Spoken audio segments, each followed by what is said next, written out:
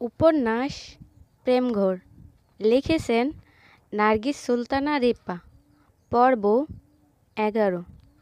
নৌসেন বলল, বিয়ের দিন যখন তোমরা সবাই আমার বাসায় ঢুকেছিলে আমাকে দেখতে, সবার আগে তোমার ওপর চোখ পড়েছিল আমার। একটা পুচকে পুতুল লাগছিল একদম। প্রাপ্তি বলল, ইস, তোমাকে তো সবচেয়ে বেশি সুন্দর দেখাচ্ছিল। নৌসেন বলল, আরে বাবা, আমি তো বউ সেজেছিলাম তাই একটু হয়তো লাগছিল, কিন্তু তুমি তো এমনিতেই কত কিউট বলো তো। প্রাপ্তি বলল, তাহলে তুমিও কি ভাইয়ার মতো সাজতে বারণ করবে আমায়? নৌসেন বলল, ধুর বোকা, একদমই না। তুমি যাও, তোমার যেমন করে সাজতে ভালো লাগবে তেমন করেই সাজো। আর তোমাকে তো আমি বেশি গর্জিয়াস সাজে দেখলামই না, তুমি তো কমই সাজো। প্রাপ্তি বলল, একদম ঠিক, বাট ভাই একটু বেশি বেশি বলে। সাদাত বলল, আচ্ছা যা, তোর ভূত পেতনি যা মনে চায় সাজ, শুধু কেয়ারফুলি চলতে শেখ। আর ওই হাতে কিসের প্যাক ওটা? প্যাকেটটা খুলে একটা ফোন বের করে সাদাতের হাতে দিল। কি সুন্দর ফোন ভাইয়া, ভাবি অর্ডার করেছিল আমার জন্য, সেটাই তো পার্সেল করে গেল লোকটা। সাদাত বলল, কি? প্রাপ্তি বলল, নৌসেন বলল, তোমরা বকবক করো, আমি শাওয়ারে গেলাম। প্রাপ্তি বলল, ওকে ভাবি, যাও। সাদাত বলল, বাবা, তোর বড়লোক ভাবি জুটলো কপালে রে বুচি, ফার্স্ট দিনে গ্যালাক্সি 6 হাতিয়ে নিলি। প্রাপ্তি বলল, তুমি তো দিলে না, তাই ভাবি দিল। সাদাত বলল, যে ভয় দেখাইলি সকালে, ভয়ই দিয়েছে। প্রাপ্তি বলল, আচ্ছা আচ্ছা শোনো ভাইয়া। সাদাত বলল, বল। প্রাপ্তি বলল, ভাবি কি সত্যি কিস করছিল তোমাকে? সাদাত বলল, গেলি তুই ফাজিল মেয়ে। প্রাপ্তি বসা থেকে তাড়াতাড়ি উঠে দাঁড়ায়। প্রাপ্তি বলল, আচ্ছা যাচ্ছি, ভালোই হলো, মাঝে মাঝে ভয় দেখানো আর একটা নতুন সদস্য পেলাম, কাজে দিবে।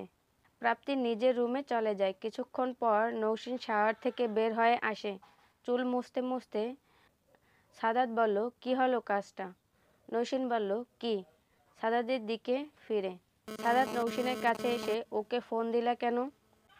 নৌসেন বলল, ও মা, ছোট মানুষ, একটা ফোনই তো, কি হয়েছে তাতে? সাদাত বলল, ওর কি ফোন নেই নাকি?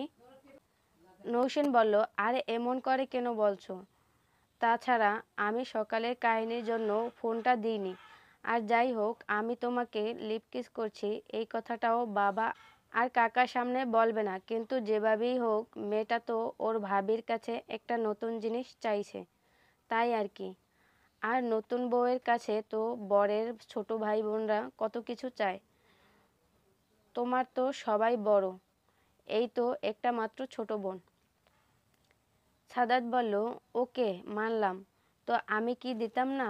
ও তো সকালেই বলল, না হয় পরে দিয়ে দিতাম, তুমি আমাকে না বলেই আজই দিয়ে দিলে। নৌসেন বলল, একজন দিলেই তো হলো। সাদাত বলল, হলো মানে? কত টাকা নিল? নৌসেন বলল, দাম দিয়ে তুমি কি করবা? মারুফ কে? নৌসেনের বেস্ট ফ্রেন্ড। বললাম তো, ও পাড়া থেকে কিছু ফোন দেখালো, যেখান থেকেই অর্ডার করলাম। আর তোমার বাসা থেকেই মেন বিল্ডিংটা কাছেই ওদের, তাই এত জলদি এসে গেছে। সাদাত বলল, টাকা নষ্ট করার মানে আছে কোনো এইভাবে? 17-18 তো খরচ করছো নাকি? নৌসেন বলল, না রে, 16,500 টাকা। সাদাত বলল, থাপ্পড় চিনো? নিজে কি ইনকাম করো নাকি? আর আমাকে বলছো যে তোমার এত টাকা লাগবে? নৌসেন বলল, উফ সাদাত, এখন আমার পেছনে লাগলে আবার? টাকা তো ছিল আমার রকেটে বাবা, বিয়ের 2 দিন আগে আমার খুঁটিনাটি জিনিস কেনার জন্য। আর এখানে তো নতুন আসবো, তাই 42,000 টাকা আমার রকেটে দিয়েছিল যেন খরচ করি। বাট মা তো সব নিজেই কিনে ফেলেছিল মেইন শপিংয়ের সাথে, তাই আমার টাকাটা লাগেনি। শুধু কালকের আগের দিন মারুফের সাথে দেখা হয়ে গেছিল, তাই 1,000 টাকা কিভাবে জানি খরচ করছি। আর এই যে আজকে করলাম কিছু। সাদাত বলল, মানে? তুমি এখানে আসছো বলে আঙ্কেল তোমাকে টাকা দিয়েছে? একটু রাগ নিয়ে। নৌসেন বলল, এইভাবে কেন বলছো? বাবা কি টাকা দিতে পারে না আমায়? এতদিন কার টাকায় গা ভাসালাম তবে? সাদাত বলল, তোমার বাবা তোমাকে টাকা দিক, সেটা দেখার বিষয় না আমার। আমি এটা জানতে চাইছি উনি কি তোমাকে এখানে আসবে বলে টাকাটা দিল কি না। নৌসিন বলল, মানে? সাদাত বলল, মানে কি করো? যেটা বলছি সেটার উত্তর দাও। নৌসিন বলল, রেগে যাচ্ছ কেন এইভাবে? নতুন আসবো, কাউকেই তো সেভাবে চিনি না, তো কোনো দরকার লাগলে যদি না বলতে পারি সেটা ভেবেই টাকাটা সেন্ড করেছিল ফোনে বাবা। আর যদি কিছু আলাদা করে কেনার থাকে সেটা বলে দিয়েছে, তাই আমিও বারণ করিনি, বলেছিলাম হাতে না দিয়ে ফোনে দিতে। সাদাত বলল, তার মানে তোমাকে আগে জিজ্ঞাসা করেছিল, তারপর তুমি অনুমতি দিয়ে দিলা, তাই তো? নৌসিন বলল, তুমি ফোন থেকে বাবার টাকা দেওয়ার পেছনে কেন লাগতে গেলে আমি বুঝতে পারছি না। সাদাত বলল, একটা কষিয়ে থাপ্পড় দিলেই না সব বুঝে যাবা। তুমি আমার বাসায় আসবা আর তোমার পার্সোনাল খরচের টাকা তোমার বাবা দিবে। তোমার বাবা দিতে পারে এমনি, বাট তোমার দরকারে টাকা তুমি আমার কাছে না নিয়ে তোমার বাবার কাছ থেকে এনেছো। নৌসিন মন খারাপ করে দাঁড়িয়ে আছে। সাদাত বলল, এই মুখ ভার করবে না একদম, বলে দিলাম। নৌসিন বলল, তুমি এমন করে কেন নিচ্ছ বিষয়টাকে? আমি কি আজকে নিলাম নাকি টাকা? এটা তো 2 দিন আগের টাকা, যখন আমি বাবার বাসায় ছিলাম। সাদাত মাথা ঠান্ডা করে, আচ্ছা, আমি সেটা বলিনি, আঙ্কেলকে মিন করিনি। আমার কথা হলো এটা, তুমি নিজেই তোমার দরকারের জন্য টাকা নিয়েছো, তাও আবার এই বাড়িতে যদি তোমার লাগে সেজন্য। কেন? এই বাড়িতে আমি নেই, আমার টাকা নেই? নৌসিন মন খারাপ করে দাঁড়িয়ে আছে। সাদাত বলল, মুখ ভার করতে না করছি আমি। নৌসিন কান্না করে দিল। সাদাত বলল, এই কান্না কেন করো? সাদাত নৌসিনকে কাছে টেনে নেয়। আজব তো, আমি খালি এটা বোঝাতে চাইলাম যে তোমার এই বাড়িতে যদি কোনো দরকার টাকা লাগে তো আমার কাছ থেকে নেবা, চাইতেও হবে না তোমার। চাবি তো তোমার সামনেই রাখলাম, যখন যা লাগবে নেবা। আর তোমার বাবার কাছে যখন ইচ্ছা তুমি টাকা নাও, বাট প্লিজ যেটা দরকার এখন থেকে এই ডয়ার থেকেই নিও। তোমার বাবার টাকা তুমি যা খুশি করো, বোনকে ফোন কিনে দাও, পার্টি দিয়ে দাও, কোনো বারণ নাই। বাট আমার বউয়ের খুঁটিনাটি একটু দরকার কি আমার মতো গরিবের টাকাতে হবে না? নৌসিন বলল, এইবার কিন্তু বাজে বকছো। সাদাত বলল, তাহলে হাসো। নৌসিন বলল, হাসবো না, খালি ধমক দিয়ে কথা বলো। সাদাত বলল, আরে তুমি যখন বললা এই বাড়িতে যদি কোনো দরকার তাই টাকা নিয়েছো, তখন একটু মাথা গরম হয়ে গেল আর কি। না হলে তোমার বাবা তোমাকে টাকা দিবে, আমার তাতে কি? নৌসিন বলল, তাই বলে এত ধমকায় নাকি মানুষ? সাদাত বলল, ওকে সরি, এবার তো মুডটা ঠিক করো। নৌসিন বলল, রাগী বর একটা। সাদাত বলল, কাদুরে বউ একটা। নৌসিন বলল, কি? আমি কাদুরে? সাদাত বলল, তা নয় তো কি? একটা কথা একটু জোরে বললেই চোখে একদম বন্যা বয়ে যায়। নৌসিন বলল, আমার কান্না আসলে আমি কি করব? এমন করে না বললেই তো হয়, তাইলেই তো কান্নাটা আসে না। সাদাত ওকে বুকে জড়িয়ে শক্ত করে ধরে বলল, ওকে যান। নৌসিন বলল, আচ্ছা ছাড়ো, এখন শাওয়ার সেরে এসো।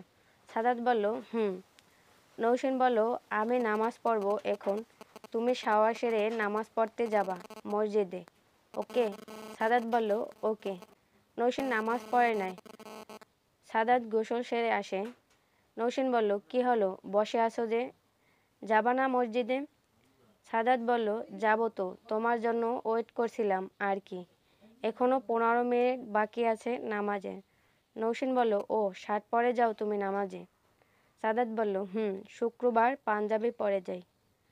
নৌসিন বলল, না, এখন থেকে নামাজে গেলে পাঞ্জাবি পরে যাবা, আমার তো তোমাকে পাঞ্জাবিতে বেশ লাগে। সাদাত বলল, ওরে ফুল চেঞ্জ করবা নাকি আমায়?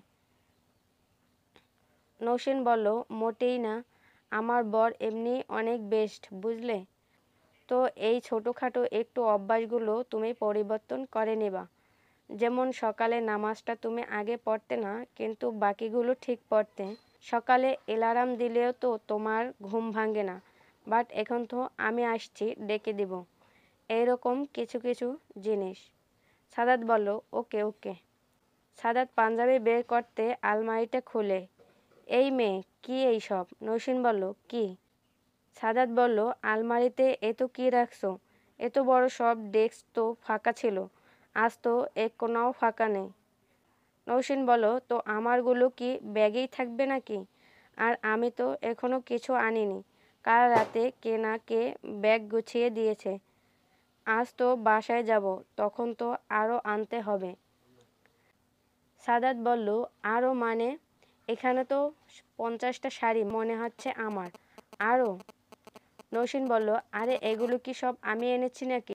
এই বাসাটাই তো আমি শুধু আমার ব্যাগে 4টা শাড়ি পেয়েছি। আর যা দেখছো সব মা আর ভাবি রেখে গেছে আলমারিতে।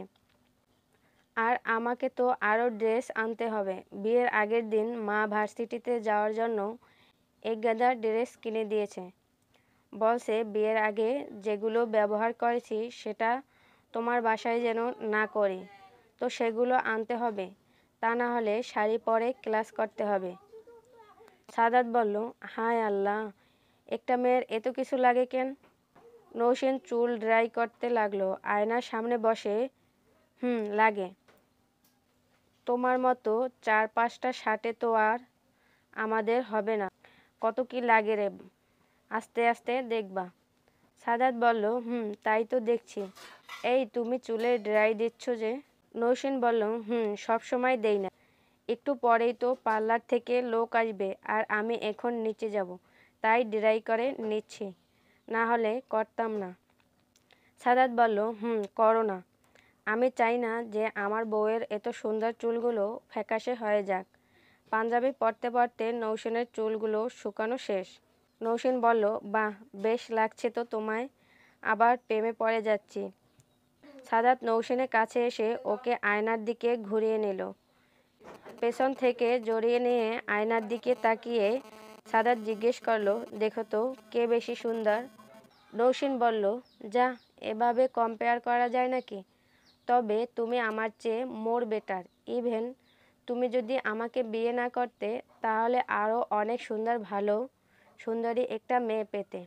আয়নায় দুজনকে দেখছে আর বলছে। সাদাত বলল, এই পুচকি, বেশি বললে না খবর আছে। তোমার মতো এমন মিষ্টি মেয়ে আমি জীবনেও দেখি নাই। আর তুমি যে সুন্দর ভালো মেয়ের কথা বলছো, তোমার কি মনে হয় আমি কি বুঝিনি? নৌসিন বলল, তাই কি বুঝলেন আপনি?